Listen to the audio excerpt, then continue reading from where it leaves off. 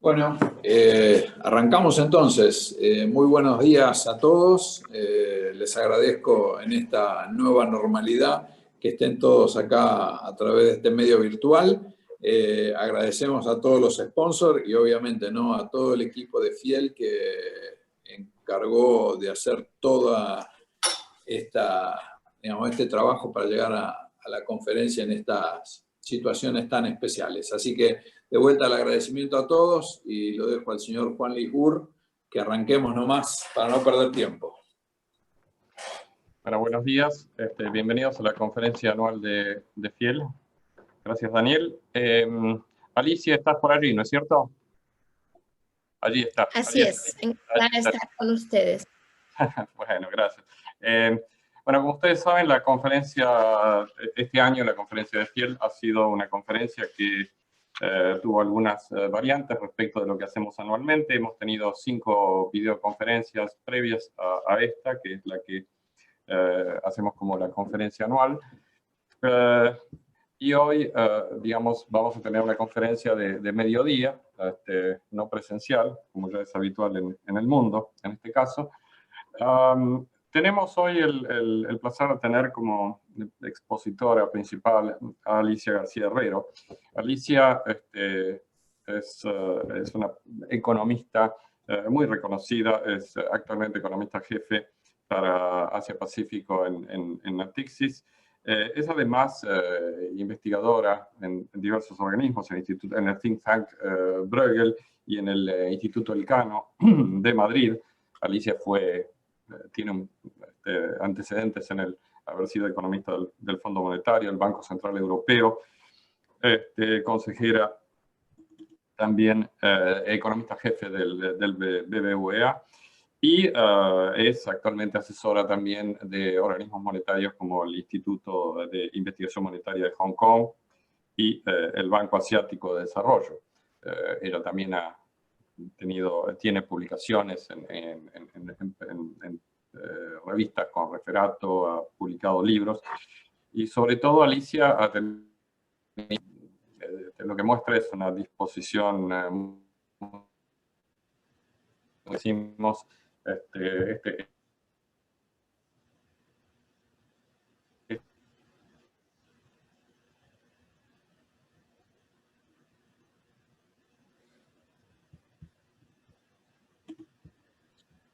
Juan Luis. Juan Luis está muteado. Estás muteado y se te quedó el audio ahí. Bueno, ahí estamos nuevamente. ¿Me están escuchando? Sí, se le escucha. Bueno, perfecto. Entonces, para evitar más problemas, Alicia, te paso a ti y, digamos, esperamos tu presentación. Muchas gracias por estar con nosotros. Adelante. Gracias, José Luis. Estaba justo probando bueno, lo primero, agradecer antes de probar nada más la invitación. Es un placer. Habría sido aún más placer poder venir a Buenos Aires, pero me temo que no va a poder ser.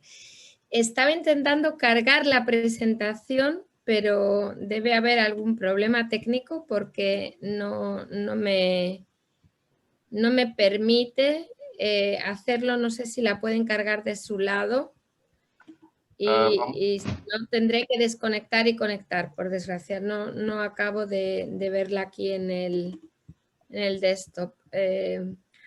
Voy a intentar hacerlo, Alicia, Sí.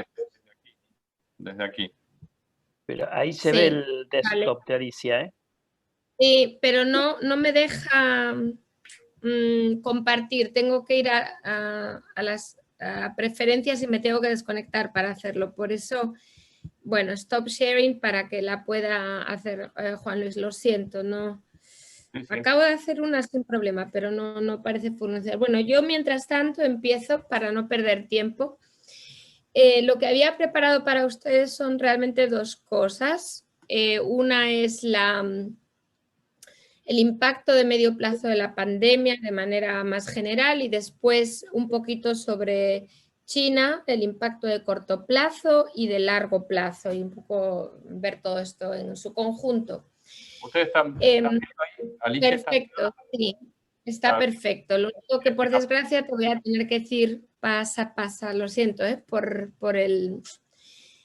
Sí. Bueno, entonces si seguimos, voy a empezar por estos, bueno, todos hemos estado pensando, ¿no? ¿Cuál va a ser el impacto de medio plazo? El de corto plazo ya lo conocemos, es terrible, pero después en el medio plazo hay discusiones sobre las bonanzas del trabajo a distancia, las bonanzas de, bueno, que puede ser. Yo lo que tengo que ofrecerles es bastante negativo, sin querer estropear la jornada a nadie, pero eso es lo que voy a presentar. Entonces, si seguimos con la presentación, empezaré por estas consecuencias de largo plazo, o al menos como yo lo veo, y voy a centrarme sobre todo en la desglobalización. Seguimos. En cuanto a las consecuencias de largo plazo, yo tendría fundamentalmente en esta transparencia 5 principales. Esto se basa en un artículo de opinión recientemente publicado y tiene más detalles y, bueno, algunos informes con algunos cálculos para Europa, algunos gráficos, pero yo lo que quiero dar es la idea general, no tenemos mucho tiempo para todo eso. La clave es saber cómo y cuánto sería, por desgracia no lo tenemos cuantificado, pero cómo va a influir la pandemia en el crecimiento potencial, y la respuesta de todas estas cosas es a la baja, y bueno, y el cuánto sería estupendo que alguien pudiera estimarlo, ¿no? Pero ¿qué razones hay para ver una reducción del crecimiento potencial mundial? La primera, yo creo que viene por el lado de las empresas, la reducción de la rentabilidad, sin duda alguna, que lleva a recortar la inversión de las empresas, por no hablar del sector público, que obviamente tiene que encargarse de un gasto relacionado con la pandemia en vez de invertir. Obviamente podemos pensar que algunos de los grandes planes de estímulo tienen una parte de inversión, pero mi impresión, incluso viendo lo que ha ocurrido en Europa con el plan de 750.000 millones de euros, es que lo más fácil ha sido recortar la parte de inversión para dejar más espacio a las ayudas obviamente necesarias y más inmediatas, ¿no?, de la pandemia. Entonces yo creo que en conjunto sí que me parece que la inversión va a ser una de las grandes perjudicadas en el mundo post-COVID.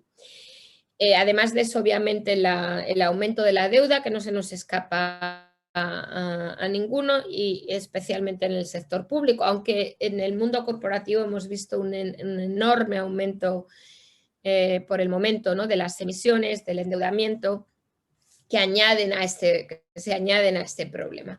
Y relacionado con esto, obviamente una buena parte de ese endeudamiento del sector público vendrá sobrellevado, y esto ya lo vimos en Europa con la crisis del 2010-12, por la necesidad de intervenir e incluso de estatalizar empresas, ¿no? Y la idea de las empresas zombie, que reducirá obviamente la productividad. Esto es algo, por cierto, que no acaba ni en Europa, o sea, se ve ya claramente en Asia. También ha habido un montón de líneas aéreas ya nacionalizadas, y sin duda en China estamos viendo una renacionalización de algunas grandes empresas. La distribución de la renta empeorará por una serie de factores, desde la reducción de los costes laborales, porque va a haber un efecto depresivo, ¿no? Ya lo vemos claramente en los datos de inflación a nivel mundial, sin duda alguna en China. Una reducción de salarios, de costes laborales y sin duda de la capacidad adquisitiva de las familias. Y aparte de eso, obviamente el impacto desigual de la inflación de precios de los activos por las políticas monetarias expansivas. Como si eso no fuera suficiente, también hay una gran volatilidad en los flujos en el mundo emergente que hemos vivido en marzo, una gran caída y después un retorno. Por no hablar de las dudas sobre el papel digamos, de moneda reserva del dólar, dudas que desde luego en esta parte del mundo se agudizan, ¿no? Estamos hablando justo después de esta sesión. Tengo una conferencia justo sobre la nueva moneda digital que China del Banco Central de China está a punto de emitir y cómo eso puede ser un revulsivo adicional a la pérdida de confianza en el dólar. Todo eso no puede más que llevar a momentos de instabilidad financiera más allá de los que vimos en marzo, que añadirían un impacto negativo sin duda al crecimiento potencial de los próximos años. La última y quizás la más obvia es el capital humano. Yo diría que yo diría el factor humano y el capital humano. El factor humano porque creo que no sé cuánto hemos pensado todos en esto, yo quizás no suficiente, pero desde luego ya en los datos de Hong Kong, ya hablamos de los últimos 2 años, la natalidad ha caído brutalmente. Migración, hombre, desde el punto de vista global la migración no importa, pero sí la caída de la natalidad. Por no hablar de la pérdida de vidas con el COVID y ya de una manera más evidente o más el capital humano por la pérdida de programas de educación, etc. Todo esto, en resumen, lleva a un menor crecimiento potencial y de ahí empezamos. Ya el siguiente punto de la presentación ya será la divergencia entre China y el resto de Asia y Occidente.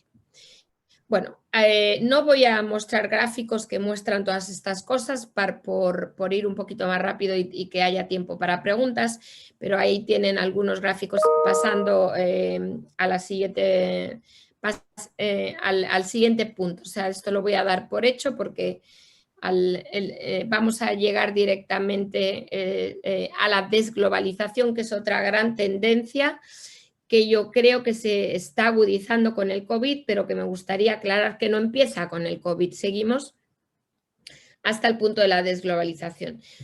O sea, más allá de todas las razones ya mencionadas por las que el COVID puede reducir el crecimiento potencial, había otras grandes tendencias desde obviamente el envejecimiento de la población en una gran parte del mundo, a otra, que es en la que me quiero centrar, que es la desglobalización. Bueno, la desglobalización en muchos aspectos. Muchas veces pensamos en comercio y pensamos en la guerra comercial, pero en realidad los datos de comercio como porcentaje del PIB llegaron a su pico en el 2018 y no han vuelto a aumentar desde entonces. Por no hablar obviamente del mazazo que la COVID ha supuesto para el comercio. Pero yo creo que lo importante aquí es la tendencia, seguimos, y también evitar la idea que se tiene a veces de que esto es solo precios, de las materias primas, que han vivido una reducción secular desde 2010, después del gran programa de estímulo de China, ¿no? y sobre todo agudizada en el 2014 por la caída del precio del petróleo. Y no solo eso es el mensaje que quiero dar, porque el tamaño de las cadenas de producción, y aquí estamos hablando de productos intermedios, se ha reducido desde el 2008, claramente. Esta reducción, como ven en el gráfico de la derecha, no es la misma entre regiones. Los puntos morados muestran la reducción en la integración de un país concreto a la cadena de producción mundial. Y como ven, Europa es la más integrada porque hay mucho intra-industry trade entre países europeos, pero es la que sufre la reducción mayor en su conexión, en su integración a la cadena de valor mundial. Y a Estados Unidos y mucho menos de China. Esto para decir que China cada vez, digamos, en este proceso de desglobalización hay un detalle, que es que China pierde menos en términos absolutos de esa desglobalización de cadenas de valor que el resto. Es decir, que en esa reducción China aumenta su tamaño relativo. Seguimos. Y esto es importante porque nos lleva a este punto de, bueno, ¿dónde estamos yendo? ¿No? O sea, ese papel central, cada vez más central de China en las cadenas de valor, va a sufrir por la guerra comercial, por el COVID, por digamos, la reacción de Estados Unidos. Bueno, yo diría que en las cifras por ahora en el absoluto no se ve, lo mostraré después hablando de China, pero sí se ven algunos cuellos de botella. Por ejemplo, claramente y esto es un aspecto de la desglobalización mucho más concreto, que se refiere realmente a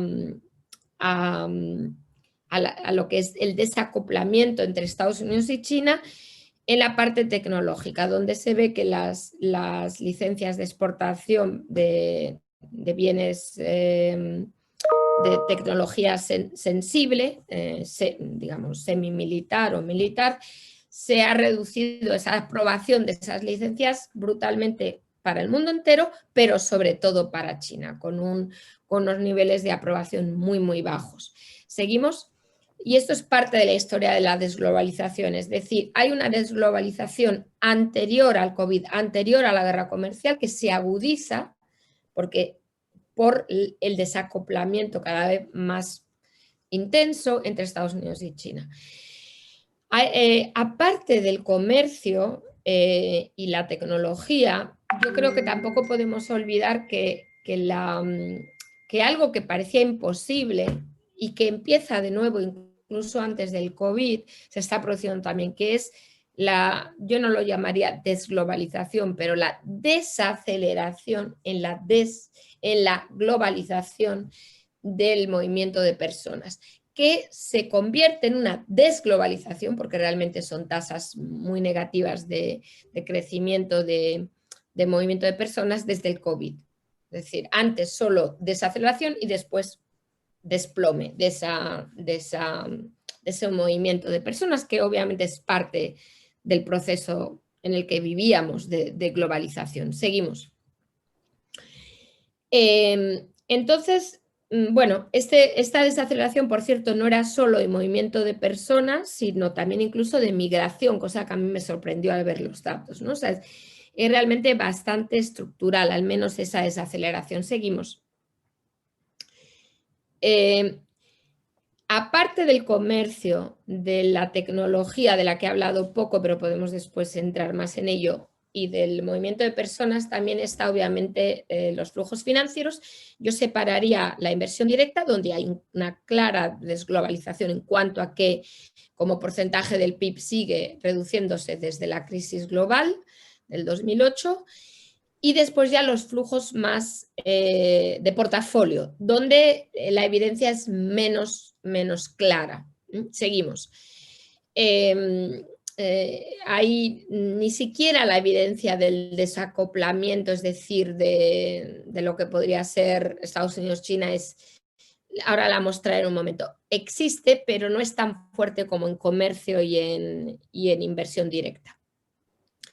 Pero sí, podemos ver que desde luego los flujos no han, o sea, digamos, han mantenido más o menos estables hasta el COVID. Seguimos.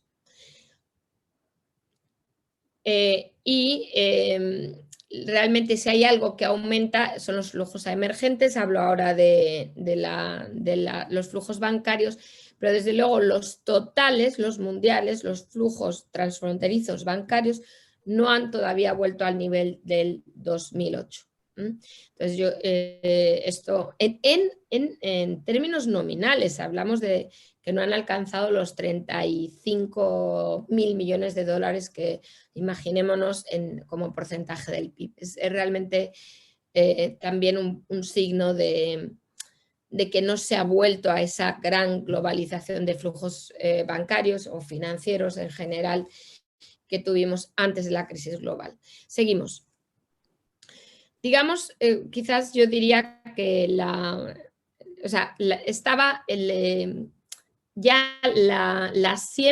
estaba bien sembrada esta desglobalización antes de que llegara Trump, antes de la guerra comercial, antes del COVID. Lo que hace que lo que estemos viendo ahora, en cierto modo, se haga aún más fácil de entender en esta realidad, ¿no?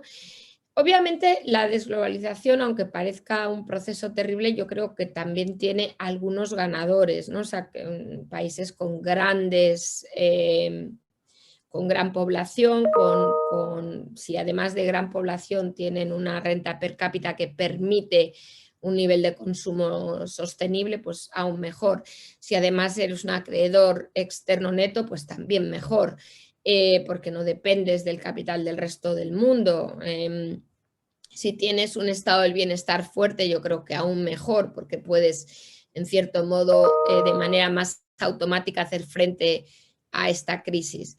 Y obviamente si tienes un proceso de innovación y de capital humano que te permite mantener, a pesar de la reducción en el crecimiento potencial de la que hablaba, un cierto nivel de productividad total de los factores, pues eso que te llevas, ¿no? De poder amortiguar este shock.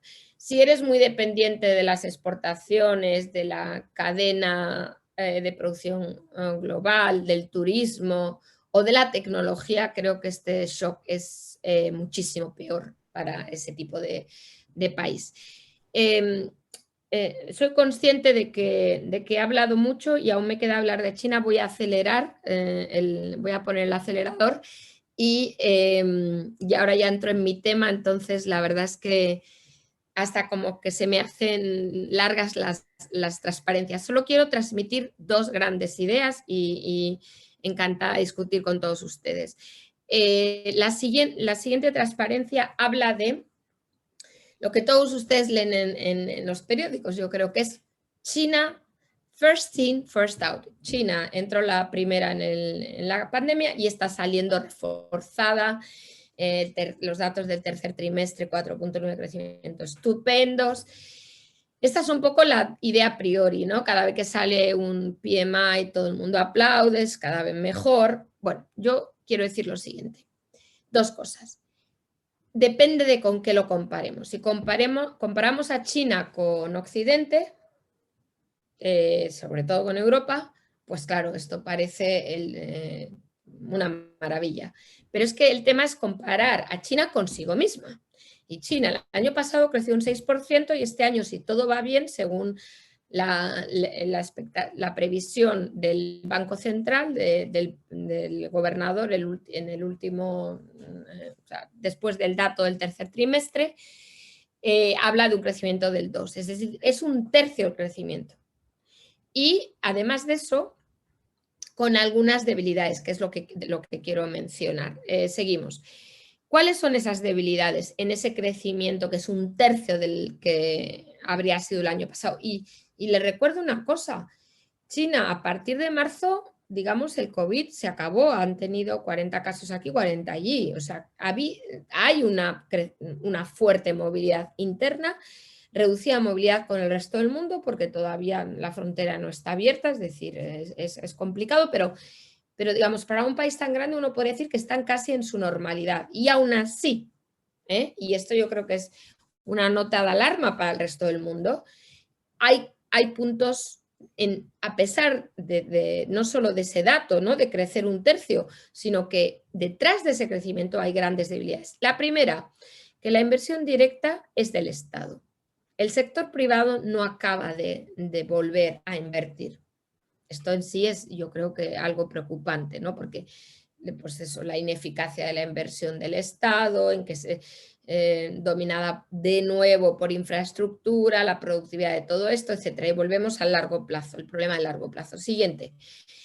El otro punto de debilidad es el consumo. Y si yo pienso, yo personalmente, si hay un problema de consumo en China con un crecimiento del 4.9 y con pent-up demand y con ahorro elevado de las familias, que no va a ocurrir en el resto del mundo.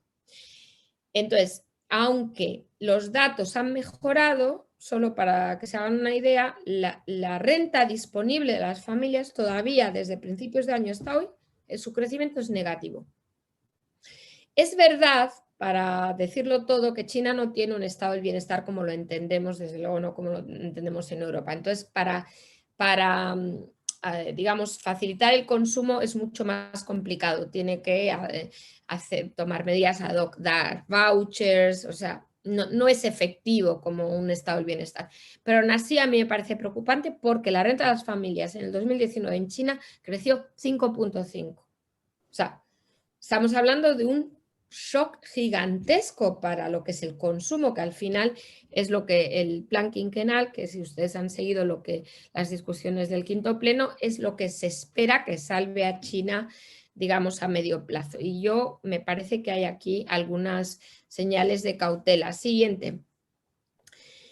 Entonces, el punto, además de esto, es que hay un riesgo financiero relevante. Es decir, bueno, ya han visto lo que ha ocurrido desde ayer por la noche, nuestra noche aquí en Hong Kong, con el IPO de Ant Financial, ¿no? O sea, de repente, del mayor IPO del mundo a que no ocurra.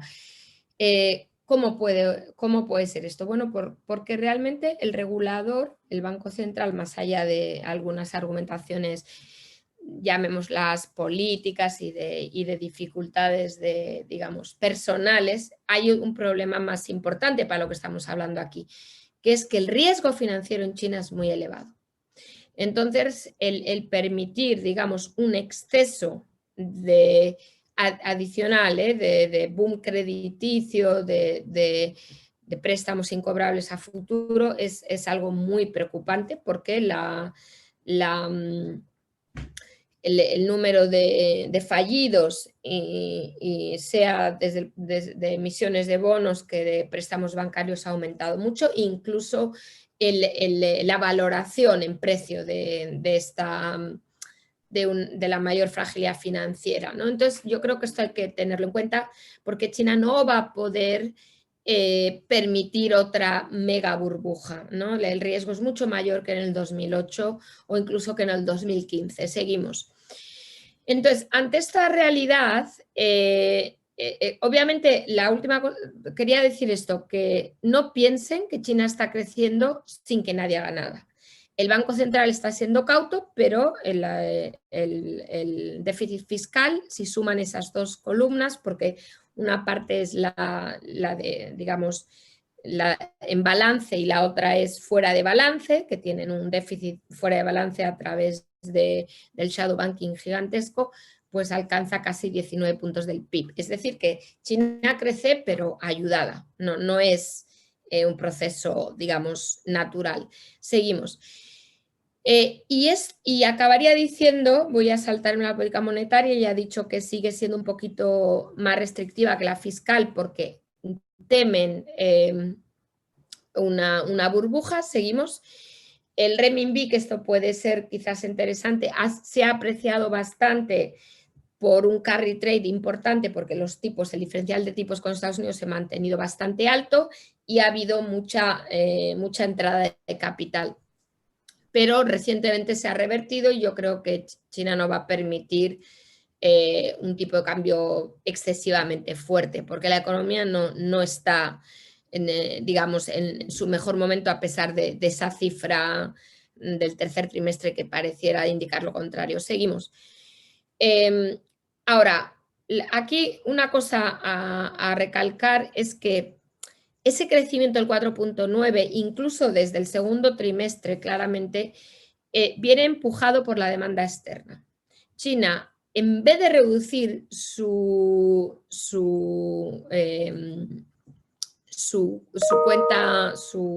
balance comercial, lo ha aumentado, a pesar de que el mundo estaba en medio de una pandemia. Lo ha aumentado y de hecho va a aumentar, lo cual a mí me preocupa desde un punto de vista geopolítico, su cuota mundial exportadora. O sea, si ya era casi, yo diría, espeluznante y mucho más alta que la que Japón nunca llegó a alcanzar, ni Alemania, la va a aumentar, ya la aumentó en 2019 y la va a aumentar mucho más fuerte en el 2020. Excepto con Estados Unidos. O sea, el decoupling con Estados Unidos sigue comercial, pero con el resto del mundo China sigue aumentando su cuota de exportación. Y esto, ¿qué quiere decir? Que China crece más que el resto del mundo, pero digamos de manera casi ilógica, ¿no? Paradójica. Exporta más que el resto del mundo. No importa. Esto es importante para Argentina. No importa. Y mi opinión, después de lo que hemos escuchado, toda la teoría del dual circulation, del quinto pleno, no tiene intención de importar. Tiene intención de sustituir importaciones. Es verdad que las que quiere sustituir son las de más valor añadido. Quiere dejar de ser dependiente del resto del mundo en lo que China antes no podía producir, en semiconductores, etc. No es tanto materias primas, pero sí en el valor añadido. Lo que va a hacer que su cuenta corriente, su balance de cuenta corriente aumente en vez de reducirse, creando problemas adicionales. Lo único bueno es que no es con Estados Unidos, sino con el resto del mundo. Bueno, digo desde el punto de vista geopolítico. Seguimos. Por último, quería solo recalcar cuál es el futuro. Nos estamos hablando de cómo va a salir de la crisis, cuál es el futuro. Pues claramente China entiende que todos esos factores a la baja del crecimiento potencial de los que hemos hablado del COVID se añaden a los que China ya tenía. La agencia de planificación china, el NDRC, con el Banco Mundial ya hablaba en noviembre, en un informe muy interesante, Innovative China, de un crecimiento potencial para la próxima década, del 30-40, de nada más, o sea, de solo 1,9% de media. Esto, bueno, igual se sigue convergiendo con Estados Unidos porque el crecimiento potencial de Estados Unidos cae aún más, pero ceteris paribus, antes del COVID, es un crecimiento muy bajo para China. Estamos hablando de pasar del 6 pre-COVID a menos de 2 en literalmente 10 años. Entonces, China, sabiendo esto, más todo lo que he contado del COVID, lo único que puede hacer siguiente es innovar. Y ese es su plan. Su plan es acelerar el catch-up con Estados Unidos. ¿Y cómo? Invirtiendo en innovación a través de, obviamente, de Research and Development y de capital humano. Y ya lo ven ahí, ya ha alcanzado a Europa un 2% en media de R&D sobre el PIB. Todavía no ha alcanzado a Estados Unidos, pero la idea es seguir, ¿no? es converger con Estados Unidos, por no hablar de la gran mejora educativa que ha vivido China. Entonces, esta es la gran idea, lo voy a dejar casi aquí, vamos a pasar a las conclusiones porque tengo miedo de pasarme del tiempo, pero ese es el gran punto. ¿Podrá China, solo con la innovación y sabiendo que muchos otros factores empujan a la baja el crecimiento, seguir convergiendo? Lo que nos ha dicho el quinto pleno que acaba de finalizar el jueves pasado es que China quiere ser un país desarrollado para el 2035. Quieren llegar, no han dado esa cifra, pero es la que se estima que coincide con esa descripción de un país moderadamente desarrollado, eso es lo que han utilizado, de $20.000. $20.000 es un poco menos que España, es seguramente menos que Corea, pero mucho, es el doble de la renta per cápita de China hoy. Para eso hay que crecer alrededor de un 5, 4.8, algo así. Según lo que les he contado, China no puede crecer hasta el 2035 al 4.8, al 5. ¿Qué puede hacer China? Seguir empujando el acelerador, seguir acumulando deuda para, digamos, sostener ese crecimiento. Es ayudado por la innovación, pero la innovación, uno no puede tener una TFP de, no sé, 7 puntos. Y es que con todo lo demás creciendo a la baja, no digo 7 puntos, pero igual 5 puntos es lo que llevaría a ese crecimiento. Entonces, realmente es muy difícil y esta es la gran preocupación, yo creo que de los líderes, es de cómo seguir apretando el acelerador.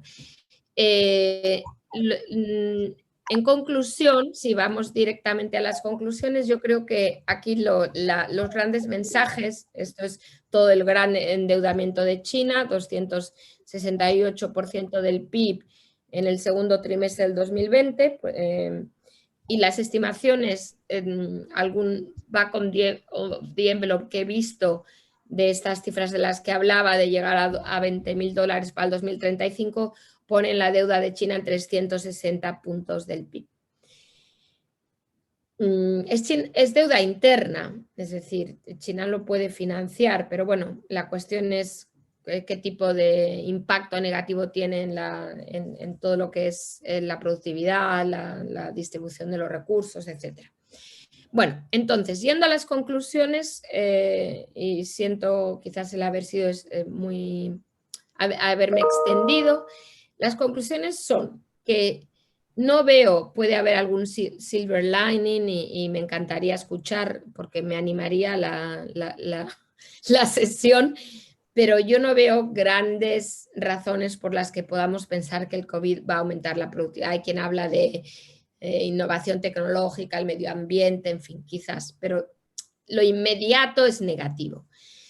Si a eso añado que en el corto plazo va a haber una divergencia, es decir, Asia va a seguir creciendo más que el resto del mundo, con lo que eso conlleva, pero después, digamos, no va a ser como el 2008, que ese crecimiento, especialmente el de China, va a dar crecimiento al resto del mundo. Porque China no va a compartir ese crecimiento ahora, porque lo necesita más que nunca, porque su crecimiento de largo plazo, o su expectativa de crecimiento de largo plazo, es mala. Era mala antes del COVID y ahora es peor. Entonces, es un poco ese el mensaje. O sea, muchas veces, ¿no? Periodistas en América Latina me preguntan, ¿podemos confiar en China para salir de la COVID? Y la respuesta es no. Así de claro lo quiero decir. A mí no me parece que pueda decir otra cosa. No sé si estas son mis conclusiones y agradezco cualquier pregunta y ojalá me equivoque y el mundo sea mucho más rosa de lo que lo estoy pintando, pero esto es un poco lo que yo quería decir. Ahí tienen un montón de datos de estimaciones de crecimiento para China y de cuánto ha contribuido la innovación, que no vemos en los datos de FP todavía. O sea, seguimos. Y por último, las conclusiones que ya las he más o menos descrito. Y por tanto, con esto paso el turno a preguntas que pueda haber de la audiencia. Muchas gracias. Muchas gracias, Alicia. Daniel, ¿vos tenés las preguntas del floor? O si no, vamos con consultas. Daniel. Ahí prendí el micrófono. La primera pregunta es que en la región hay alguna expectativa de que puedan relocalizarse plantas que hoy están en Asia para estar más cerca del mercado americano. ¿Usted cómo ve esa posibilidad para la región? Sí, a mí me parece que las cadenas de producción sí que se van a reorganizar. Y la reorganización va a ser basada, yo creo, en ecosistemas. Es decir, no va a ser un reshoring a Estados Unidos y Europa porque en muchos productos no tiene ningún sentido. Los costes de producción son elevados. En el caso de Europa, la verdad es que hay un poco más de espacio porque en Europa hay costes laborales muy diferentes entre países, ¿no? Desde Rumanía hasta Portugal, hasta Alemania hay una gran divergencia, que no es el caso de Estados Unidos. Entonces, en Europa yo creo que puede haber algo más de reshoring, pero desde luego para Estados Unidos a mí me parece que la solución es el nearshoring, ¿no? Y entonces, pues ahí el NAFTA, México tiene obviamente una gran ventaja. Lo que pasa es que hay algunos productos en los que México no ha desarrollado una cadena de producción similar a la de China, ¿no? Hay casos en los que sí. Yo hace muchos años hice un estudio de cuáles eran los sectores donde México había conseguido desarrollar más cadenas de producción, y eran pues la telefonía y los automóviles. Y esto seguro que hay gente que ha hecho estudios mucho más recientes, pero hay otras cadenas de producción relevantes, desde la farmacéutica, ¿no? Podemos pensar en un montón de otros sectores, semiconductores, etcétera. Y yo creo que ahí la gran pregunta ¿es México suficiente? ¿Cómo se puede recolocar la región? ¿Cómo compite la región con países como Vietnam, como ASEAN en general? Para darles una idea, la inversión directa de Corea del Sur, Taiwán y Japón en ASEAN desde el 2017 es mayor que su inversión de estas economías en China. O sea que ya han empezado a deslocalizar desde hace tiempo. Pero la gran clave es entender que en China se queda todo lo que es mercado para China y se va todo lo que es reexportación, o sea, producir para otros. ¿Dónde se va? El mayor imán ha sido Vietnam hasta ahora, por una serie de motivos. Pero yo creo que Vietnam no puede acoger todo lo que, digamos, China, todo lo que está saliendo de China. Y no está saliendo por Trump, solo está saliendo también por costes laborales. Empezó antes de Trump. Obviamente ahora se acelera por una serie de motivos, pero que son obvios. Pero yo creo que Asia no puede ser el único centro. Creo que sí que va a haber regionalización de cadenas de producción. Y ya pues ustedes son los expertos de la región y seguramente que tienen más ideas que yo. Pero esto espero que haya contestado a la pregunta. Sí, gracias. Relacionado con eso, ya que mencionó a Trump, ¿cómo ve el proceso de desglobalización en el caso, dependiendo de quién gane las elecciones estadounidenses y la competencia entre Estados Unidos y China en ese contexto? Sí. Bueno, pues hemos escrito una nota donde decimos así fácilmente cuál es el impacto de las elecciones americanas en Asia, en China y en el resto de Asia, porque creo que es relevante incluso para la pregunta anterior. Y a mí me parece que para China es malo en cualquier caso. La pregunta es, ¿quién es peor? Bueno, si Biden, cosa que ya parece súper improbable, consiguiera una mayoría en el Senado, es decir, un Biden fuerte, llamémoslo así, podría imaginarme pues una búsqueda de alianzas, la alianza transatlántica, la OTAN, el Quad con, ¿no? este embrión militar con Japón, India y Australia, o sea, y quizás incluso un nuevo TTP, o sea, un acuerdo regional liderado por Estados Unidos en Asia. Y entonces eso sería aún peor para China que Trump. Porque aunque Trump es muy... O sea, el mayor problema de Trump es la falta de claridad de sus políticas, pero por lo menos han tenido un Phase One Deal que se ha mantenido a pesar de todas las medidas que ha tomado Trump. Y bueno, yo creo, como decimos, van campeando, ¿no? Pero con Biden me parece que con una alianza transatlántica, con Australia que está hasta aquí, con el Reino Unido, con Japón, con Suga, que ya cada vez es más agresivo con China. Pero claro, todo esto era basado en una alianza liderada por Biden. Con Trump, yo creo que para China es, mi opinión, mejor. No sé si es mejor que un Biden débil, pero desde luego es mejor que un Biden fuerte.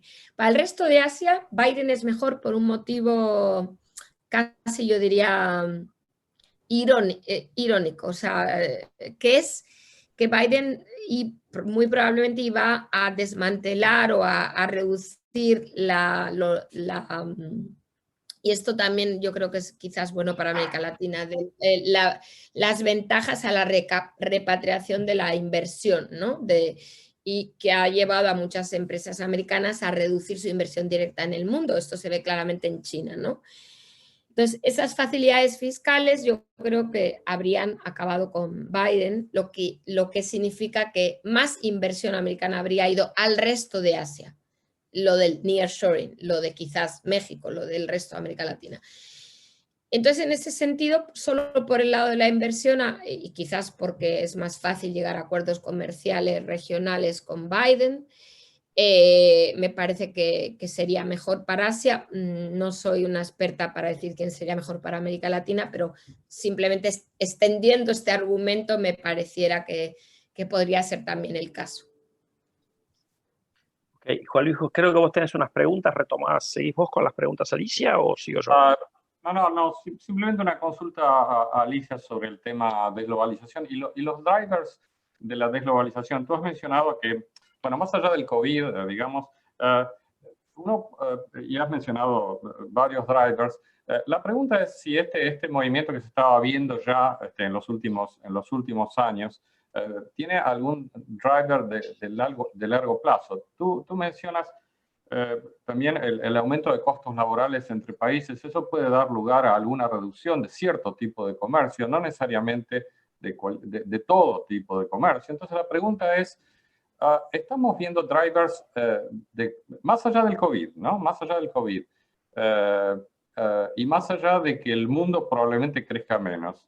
Digamos, ¿tenemos drivers de desglobalización que no sean políticas solamente? ¿Decisiones políticas, la pelea China-Estados Unidos? Sí, yo creo que sí. ¿Y cómo explicar? O sea, yo creo que hay incluso un repensamiento de cuáles son los criterios por los que hemos empujado la globalización. Y son reflexiones económicas, no políticas, ¿no? O sea, la idea era que la eficiencia era la motivación fundamental para la deslocalización y, por tanto, el proceso de globalización en lo que se refiere a las cadenas globales. Y yo creo que ahora las empresas dan más importancia, o sea, es decir, como la volatilidad de sus resultados ha aumentado tanto y es cada vez más dependiente desde desastres naturales. El caso de Tailandia en la industria del automóvil en el 2014 es paradigmático. Entonces, digamos que como han visto que la pérdida puede ser brutal, es un poco, imaginémonos el sector bancario, ¿no? El sector bancario ve todo eso, pero viene el regulador y le dice, para evitar esa volatilidad, yo a ustedes les impongo, no sé, requisitos de solvencia y tal. Bueno, pues yo creo que las empresas que no están sujetas a eso han dicho, a pesar de una pérdida de eficiencia, prefiero, digamos, tener una smooth, ¿no? O sea, suavizar la volatilidad de mis ingresos. Y para eso, ¿qué hago? Deslocalizo en más lugares y evito ser tan dependiente de un solo lugar de producción. O sea, yo creo que, y bueno, ya hay estudios, la Comisión Europea ha hecho estudios sobre lo que llaman el acortamiento de las cadenas de producción, que es equivalente a la regionalización, y ven en los datos ese acortamiento de las cadenas de producción, que yo creo que en parte es por ese mayor riesgo, no solo geopolítico, pero incluso, ya digo,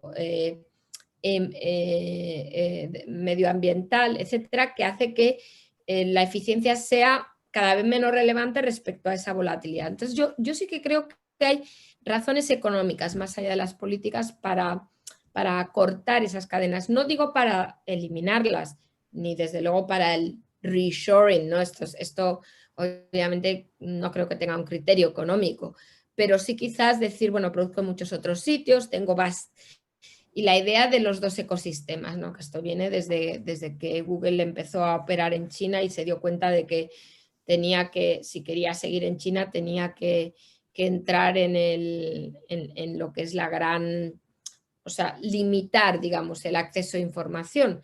Después ni esto funcionó, pero Google intentó crear dos ecosistemas, ¿no? Entonces, en cierto modo el aceptar que no puede haber unos estándares globales, una cadena de producción global y crear cadenas regionales o en los dos posibles ecosistemas, China y Estados Unidos. Sí, hay otra pregunta, es que el aumento de ingreso de China de largo plazo, más allá cual sea la tasa, en general debería ser positivo para América del Sur por la vía de compra de insumos básicos. Sí. Pero por algo que tú mencionaste en la exposición hacia mayor, eventualmente, proteccionismo de China, yo podría limitar el crecimiento industrial de la región. Entonces, la pregunta es si vos crees que China nos buscará más como socios que en el presente, si hay un espacio adicional al ser proveedores de materias primas, que ha sido un gran demandante en la región en el pasado, si eso puede cambiar en el futuro. Un poco la pregunta va por ahí.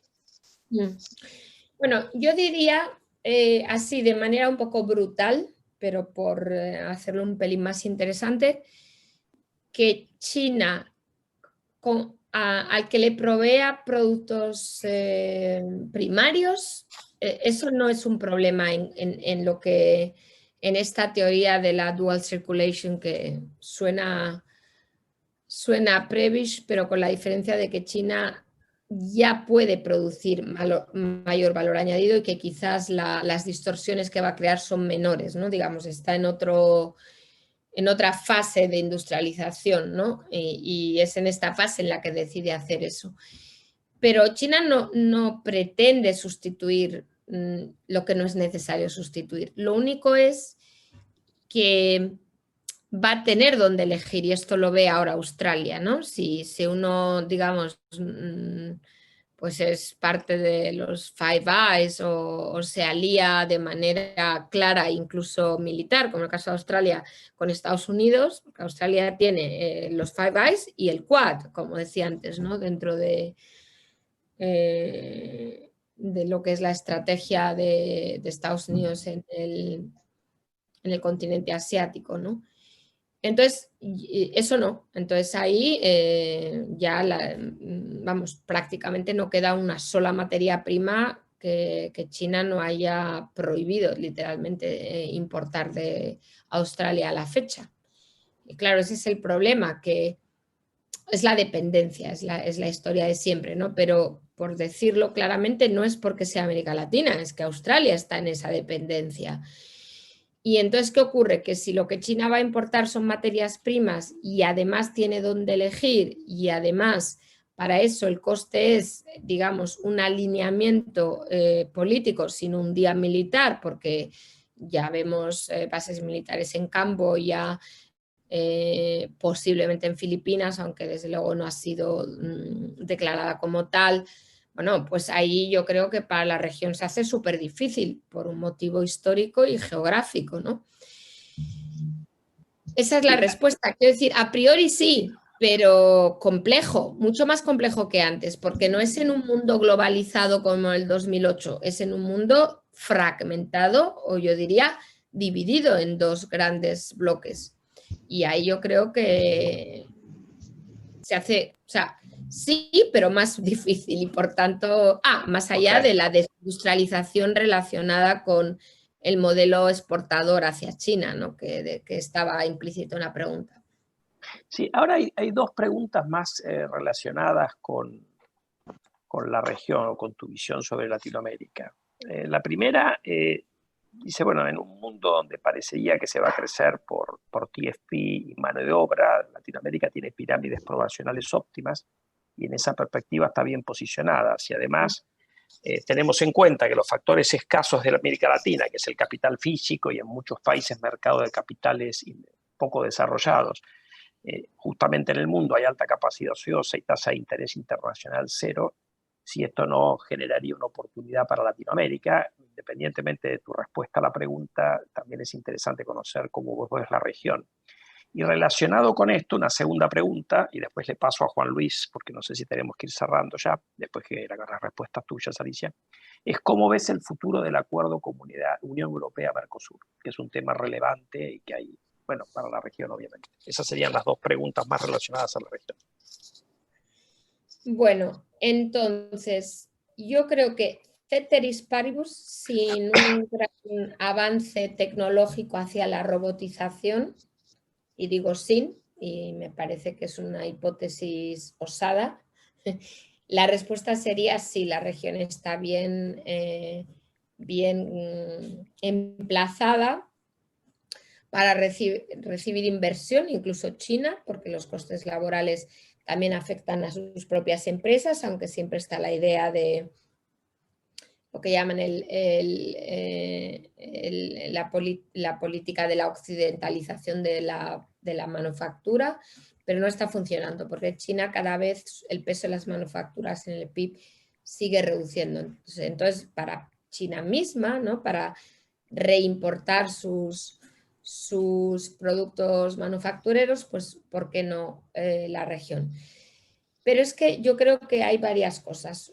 Y obviamente China, entre otros, ha participado en proyectos digamos, de mejora logística para reducir el coste de transporte de mercancías, pero yo creo que nada comparado a la enorme reducción del coste del transporte en Asia, donde han invertido más, donde realmente ha habido grandes mejoras. Es decir, lo que quiero decir con esto que de manera natural me parece que para cualquier